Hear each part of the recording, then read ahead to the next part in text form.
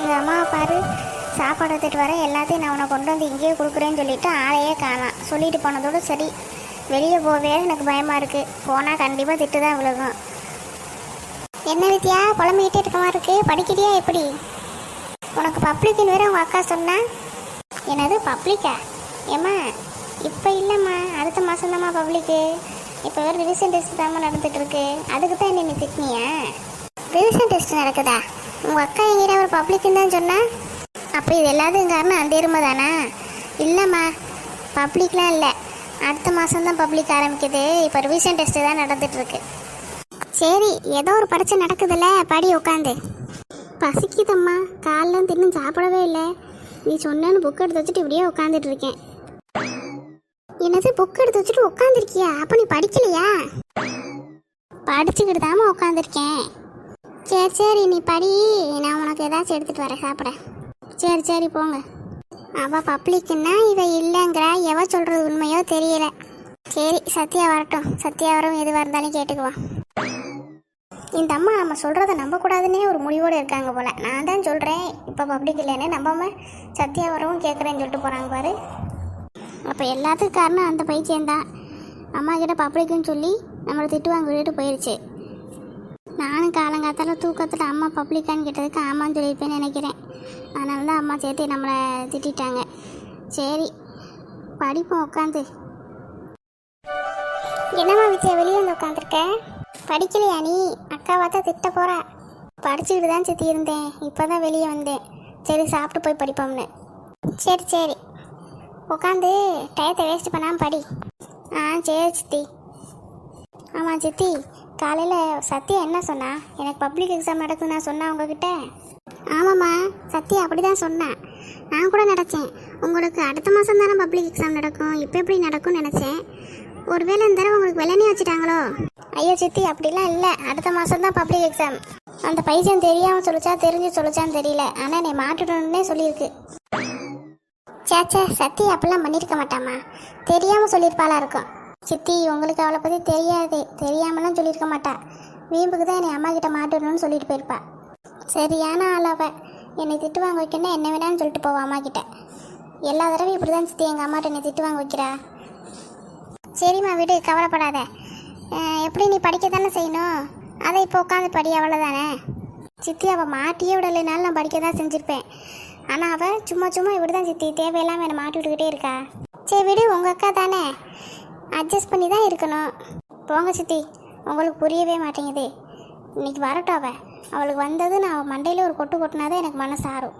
ஏ வித்யா, சாப்பாடை போட்டுட்டு உன்னை போய் ரூமில் தேடிட்டு வரேன். நீ என்னென்ன இங்கே உட்காந்து பேசிகிட்டு இருக்க? படிக்கலையா நீ? ஏம்மா இப்போதாம்மா வந்தேன் இங்கே. சரி, இங்கே உட்காந்து அப்படியே சாப்பிட்டு போயிடலான்னு பார்த்தேன். நீ பாப்ப எப்படா தப்பிக்கலாம் படிக்கிறதுலேருந்து நல்லா யோசிச்சு என்னென்னலாம் பண்ண முடியுமோ அதெல்லாம் பண்ணிக்கிட்டு தெரிவேன். போ, ஒழுங்காக போய் ரூமில் சாப்பாடு இருக்குது, சாப்பிட்டுட்டு உட்காந்து படி. ஏம்மா ஏஞ்சிலேருந்து படிச்சுக்கிட்டு தாம்மா இருக்கேன். கொஞ்ச நேரம் சென்று படிக்கிறேன். என்னது கொஞ்ச நேரம் சென்று படிக்கிறியா? இது வரைக்கும் நீ என்ன படிச்சு கிழிச்சு எடுத்துட்டு வா, கேள்வி கேட்குறேன். என்ன என்னை ஏமாதெல்லாம் நினச்சிக்கிட்டு இருக்கியா? சும்மா அந்த புக்கை தூக்கி வச்சுட்டு காலையிலேருந்து உட்காந்துட்டு இருக்க. இப்பயும் போய் படினா இப்பயும் படிக்க மாட்டேங்கிற. கேட்டால் காலையிலேருந்து படித்தாலாம். இங்கே பாரு, இப்படியே என்னை ஏமாத்திட்டே தெரிஞ்சேன்னு வச்சுக்கோ, அடிதான் வாங்குவேன். ஏம்மா ஏமாத்தலாம் இல்லை, இவ்வளோ நேரம் படிச்சுட்டு தான் இருந்தேன். சரி, அதான் கொஞ்ச நேரம் வெளியே உட்காந்து இருந்துட்டு சாப்பிட்டு ரிலாக்ஸாக போய் அப்புறம் படிக்கலாமேன்னு பார்த்தேன். ஒரு ரிலாக்ஸ் எல்லாம் எங்களுக்கு தெரியும். போய் சாப்பாடை சாப்பிடு, சாப்பிட்டு எதுவாக இருந்தாலும் பார்த்துக்கலாம். இப்போ ஒரு 10 நிமிஷம் இங்கே உட்காரேன்டுவேன், கொஞ்ச நேரம் ரெஸ்ட் எடுத்துக்கிறேன்டுவேன், அப்படியே டிவிக்கு போவேன், அப்புறம் டிவி பார்ப்பேன். இன்றைக்கி நாளே உனக்கு போயிடும். போய் சாப்பிட்டு அங்கே ஒரு 10 நிமிஷம் உட்காந்துரு அமைதியாக, அதுக்கப்புறம் உட்காந்து படி. சும்மா எதனாலும் இங்கே உட்காந்து பண்ணுறேன், அது பண்ணுறேன், இது பண்ணுறேன், நேரத்தை ஓட்டிக்கிட்டு தெரியாதப்போ. காமாட்சியக்கா, அது யாரு? வா சின்ன பொண்ணு. என்னாச்சுக்கா, காலங்காத்தாலே எப்படி மூஞ்சி வச்சுட்டு இருக்கீங்க? எல்லாம் இங்கே ஒருத்தி இருக்காள, இவனாக தான். காலங்காத்தாலே என் டென்ஷன் ஆக்கி தான் பார்க்குறா. வேறு என்னத்தை பண்ண, மூஞ்சி இப்படி தான் வச்சிருக்க வேண்டியதாக இருக்குது. எதையாச்சும் சொன்ன பேச்சு கேட்குறாளா? எதை சொன்னாலும் கேட்கவே மாட்டேங்கிறா வர. ஏக்கா வீடு அந்த பிள்ளை நீ திட்டிகிட்டே இருக்க போறியா? நம்மள போய் படிக்கும். இவ்வளோ நேரம் படிச்சுட்டு தானே இருந்துச்சு, இப்போ தானே வந்து உட்காந்துச்சு. சும்மா இரு. உனக்கு தெரியாது மீனாட்சி, இவ எவ்வளோ பெரிய ஏமாத்துக்காட்டின்னு. படிக்கவே மாட்டா. கொஞ்ச நேரம் இப்படியே உட்காந்துருந்துட்டு அப்படியே போய் விளையாட போயிடுவா, இல்லைன்னா உட்காந்து டிவி பார்க்க போயிடுவா. அதனால தான் நான் இவ்வளோ தூரம் கத்திக்கிட்டு இருக்கேன். எனக்கு என்ன ஆசையாக இவ்வளோ திட்டணும்னு? அப்படிலாம் ஒன்றும் பண்ண மாட்டா, நீ சும்மா இரு. வித்யா, நீ போய் படிப்போ. ஏன்க்கா இந்த பிள்ளை இப்படி திட்டுறீங்க? பாரு சின்ன பொண்ணு, அடுத்த மாதம் பப்ளிக் எக்ஸாம் இருக்குது. இந்த மாதம் இப்போ ரிவைஸ் எக்ஸாம் நடந்துட்டு இருக்கான். அப்போ படிக்கணும்ல, படித்து எழுதி பார்த்தா தானே போய் பரிசு எழுத முடியும். இந்த பிள்ளைய பாரு, படிக்கவே மாட்டேங்குது. இதில் ஸ்கூலுக்கு வேறு லீவை போட்டுறா. இன்றைக்கி இப்படி தான். நேற்று பூரா நைட்டு பூரா எல்லோரும் உட்காந்து படம் பார்க்குறோன்னு நைட்டு பூரா உட்காந்து படம் பார்த்தாங்க. காலையில் எந்திரிக்கவே இல்லை இவ. அந்த பிள்ளைகள்லாம் ஸ்கூலுக்கு போயிடுச்சு. இந்த மாடு மட்டும் இப்படியே வீட்டிலேயே கிடக்கு. சரி, வீட்டில் கிடக்கியே படின்னு சொன்னால் அதுவும் முடியல அவளுக்கு. கொஞ்ச நேரம் படிக்கிறா, அப்படியே வேடிக்கை பார்க்குறா, அப்படியே புக்கை வச்சுட்டு உட்காந்துருக்கா. சரி, இப்போ சாப்பாடு கேட்டாலேன்னு போட்டு போய் ரூமில் பார்த்தா இங்கே வந்து உட்காந்துருக்கா. அப்போ எனக்கு கோவம் வருமா வராதா? ஏக்கா விடுங்க, சின்ன பிள்ளைங்கன்னா அப்படி தான் இருக்கும். என்னமோ சின்ன பொண்ணு, எனக்கு கோவமாக தான் வருது. சரி விடுங்கக்கா, போக போக மாறிடுவா. அவளும் சின்ன பிள்ளை தானே, படிச்சிருவா. அதான் காலிலேருந்து இவ்வளோ நேரம் படிச்சேன்னு தானே சொல்கிறீங்க. படித்தேன்னு சொல்கிறா. கேள்வி கேட்டால் தான் தெரியும் அவள் லட்சணம் என்னன்னு. இவ்வளோ நேரம் உட்காந்து படிச்சுட்டு தான் இருந்தேனே. சத்யா வந்தால் தான் அவளை விட்டு கேள்வி கேட்க சொல்லணும். ஏம்மா அதெல்லாம் நான் படித்தேன். அதான் சொல்கிறேனே, கேள்வி கேட்டு நீ பதில் சொன்னாதான் தெரியும் நீ படிச்சியா படிக்கலையான்னு. அவள் வரட்டும். அந்த ஃபோனை 24 மணி நேரமும் கொடு, உட்காந்து நோண்டிகிட்டே இருப்பா. இல்லை அந்த டிவி ரிமோட்டை கொடு, உட்காந்து பார்த்துட்டே இருப்பா சலிக்காமல். இந்த படிக்கிறதுனா மட்டும் கொஞ்ச நேரம் உட்காந்துட்டு எனக்கு போர் அடிக்குதுமா, எனக்கு ஒரு மாதிரி இருக்குமா, அங்கேயே உட்காந்துருக்கேம்மா, அப்படிமா இப்படிமா 100 அம்மா போட்டு ஓடி வந்துடுவா. அப்படியெல்லாம் ஒன்றும் கிடையாதுண்ணே. நானும் தூங்கி முழிச்சப்பையிலேருந்து படிச்சுட்டு தானே இருக்கேன். இப்போ தானே சாப்பிட வந்தேன். எதுக்கு நீங்கள் எப்படி பேசிகிட்டு இருக்கீங்க இப்போ? சரி வித்யா, நீ ஏன் சொல்ல போ. இங்கே இருக்க வரைக்கும் உங்கள் அம்மா அப்படி தான் நோயிக்கிட்டே இருப்பா. நீ போய் சாப்பிட்டுட்டு ரூமில் ஒரு 10 நிமிஷம் 1/4 மணி நேரம் ரெஸ்ட் எடுத்துட்டு அப்புறம் உட்காந்து படி. ஆமாம்மா சத்யா, நீ இங்கே இருந்தேன்னா உங்கள் அம்மா கண் முன்னாடியே இருந்துக்கிறதேன்னு வச்சுக்கோ. இப்படி தான் உங்கள் அம்மா எதையாவது சொல்லணும்னு திட்டிக்கிட்டே இருப்பாங்க. நீ போய் சாப்பிடு. சாப்பிட்டதுக்கப்புறம் கொஞ்சம் நேரம் ரெஸ்ட் எடு. உனக்கு எப்போ மறுபடியும் படிக்கணும்னு தோணுதோ அப்போ உட்காந்து படிக்க ஆரம்பி. ஆனால் ரொம்ப நேரம் ரெஸ்ட் எடுக்காத, சரியா? சரி அத்தை. நீ போமா. இங்கே பாரு, போனோமா சாப்பிட்டோமா கொஞ்ச நேரத்தில் படித்தோமான்னு படிக்கிற. இத்தனை பேர் சப்போர்ட்டுக்கு இருக்காங்க, நம்ம வாட்டுக்கு ஆடுவோம் நினச்சேன்னு வச்சுக்கோ, கொன்னே போடுவேன். போய் சாப்பிட்டுட்டு கொஞ்சம் ரெஸ்ட் எடுத்துகிட்டு படிக்கிற. அதெல்லாம் நான் ஒன்றும் பண்ண மாட்டேன். சாப்பிட்டு படிக்க தான் செய்வேன். தேவையில்லாமலாம் நீங்கள் ஒன்றும் பேச வேணாம். திமுறை பார்த்தியா அவளுக்கு? இவ்வளோ தூரம் சொல்லிட்டு இருக்கேன், எவ்வளோ திமுறை பேசுகிறேன் என்கிட்டயே. ஏக்கா வீடு, எதை சொன்னாலும் நீ பாட்டுக்கு அவளை திட்டிக்கிட்டே இருந்தா அவள் அப்படி தான் பேசுவா. நீ சும்மா இரு, அவள் அதெல்லாம் படிப்பா. நீ சும்மா இரு, அமைதியாரு. தான் நாங்கள் சொல்லியிருக்கோம்ல.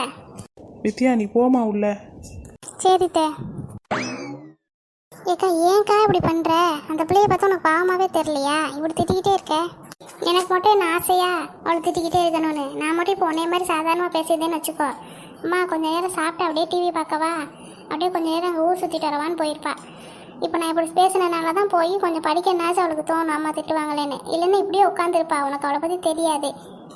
என்னமோ நீ இப்படி தான் பண்ணிக்கிட்டு இருக்க. நான் வந்ததுலேருந்து அவளை திட்டிக்கிட்டே தான் கிடக்கிற. நானும் பார்த்துக்கிட்டு தான் இருக்கேன். திட்டுனா தான் மீனாட்சி அவள் வேலையே பார்ப்பா, இல்லைன்னா படிக்கவே மாட்டா, அப்படியே உட்காந்துருப்பா. அதனால தானே நான் திட்டுறேன். நான் சும்மாவே திட்டிகிட்டு இருக்கேன், நீயும் பார்க்க தானே செய்கிற. சரி விடு. சரி விடுங்கக்கா, அதெல்லாம் அவள் படிப்பா, நீங்கள் எதுவும் கவலைப்படாதீங்க. சரி சின்ன பொண்ணு, நீ என்ன விஷயமா இங்கே வந்த? எப்பவும் போல தான். இங்கே வர்றதுக்கு என்ன காரணமாக தேவைப்படும்? சும்மா தான் வந்தேன்.